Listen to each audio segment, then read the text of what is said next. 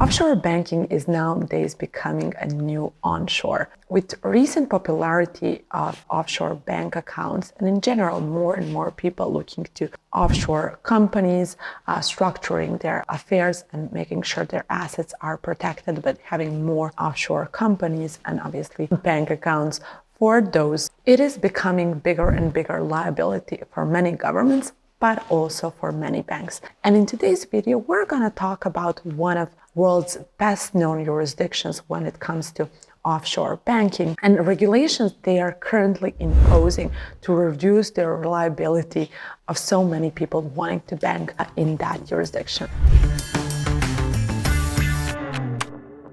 Hi, I'm Jovana from Nomad Capitalist, where we help 7- and 8-figure entrepreneurs legally reduce their taxes and improve their financial freedom, including by adding more offshore bank accounts into their personal or corporate life. So before we start talking about one of the best world jurisdiction for offshore banking, let me first clarify what is offshore banking and why nowadays that is becoming such a big topic. And so obviously offshore banking, whether we're speaking about personal or corporate banking, is considered any banking outside of jurisdiction where you are located or where your residence is, or in corporate cases where your company is incorporated. There are many reasons why you should bank offshore. As we often say, don't put all of your eggs in the same basket. So you don't want to have everything on the same place just for additional protection, whether that is currency protection or geographical protection or just having access to different law systems. Financial protection and geographical protection are one of the reasons, but also with having multiple offshore bank accounts, preferably across different regions, you're also getting access to different investment opportunities. Some of the opportunities that are, for example, available in Singapore, they are not available in Mexico. While we do not necessarily advise banking in Mexico, if you are a resident there, it would be good to have an account, but they might not necessarily be available in some of very well-known European jurisdictions. Different access to different investment opportunity is very important. Other than that, there is obviously different currency, diversifying in different currency, but also using different accounts for transactional purposes. So, for example, if you bank with one of Georgian banks, which are generally very good, you might have issues using Georgian cards when traveling abroad, especially when you're traveling, let's say, in the Latin America region. So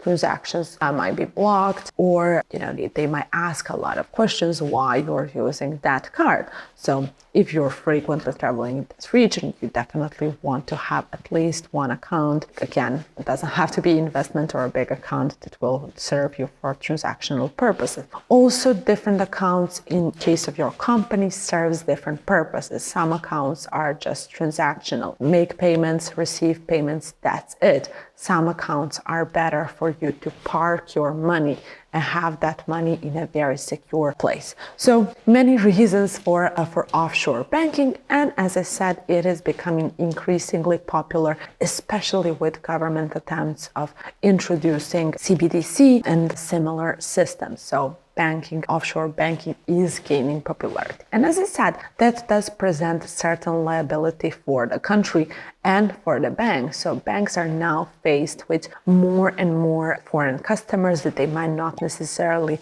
know much about, that they cannot control, that want to put their money in their bank accounts. So Singapore previously was one of the greatest jurisdictions when you wanted to bank offshore, whether you wanted to put your personal money or your corporate money, whether you wanted to use it for transactional purposes, investment purposes, or just as a savings account. So what happened with Singapore is that Singapore was overflown with a lot of foreigners who were coming to Singapore and wanting to open accounts. So they needed to make sure that to do different due diligence and different controls to make sure that money coming in their banks is legal, where the money is coming from, obviously, to understand that, who is the person that they are opening accounts. So they put a lot of systems in place in order to really know who their customers are and where the money is coming from. So Singapore is great jurisdiction because, first of all, they were open to receiving a non-resident's account, but also due to their financial privacy laws and different asset protection benefits that you could have get in Singapore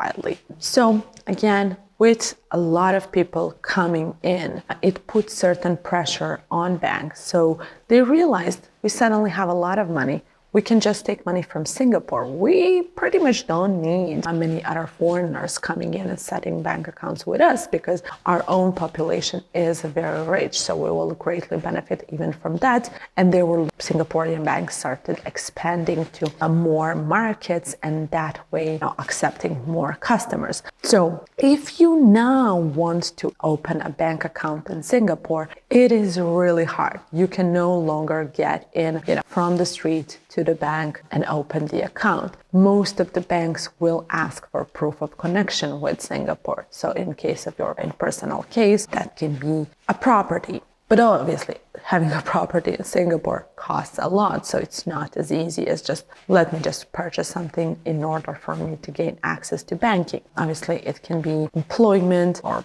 for the purpose of residence permit, but as a non-resident, you have very limited options. You need to show them certain connections, and that is most of the cases is property. There is no huge pool of opportunities. The other option is obviously to go with higher deposits, and not even all of the banks are open to higher deposits for non-residents. Some banks will strictly say, no, we're not interested in that. No matter how much you bring, we're not opening non-residents account. You don't have connections with the US. They were very happy to refer you to some of their other branches in other countries, and maybe some of them where you have connections with, but they're not going to do it. Obviously, still there are a couple of banks that will allow you to, as a non-resident, to open with higher deposits. And that's why we're constantly talking about open as many accounts as possible right now. Grandfather those accounts because those deposits are constantly increasing and the bar is going higher when the country and a bank see that they are getting more and more customers. In case of your company, so if you have a company outside of Singapore and you want to open an account in Singapore, what they are going to ask you is, again, that proof of connections. So those connections can be clients in Singapore. In that case, you need to provide them with contracts to support that. Or it can be suppliers from Singapore, or really some other vital interest for your company, maybe a potential development R&D office and so on, in order to set up that bank account. Again, same as with personal, there is still an option to open a business bank account in Singapore, one of the best banks, with higher deposits for non-companies. Requirements in general to bank here are increasing. Singapore did a lot to modernize their bank account opening process.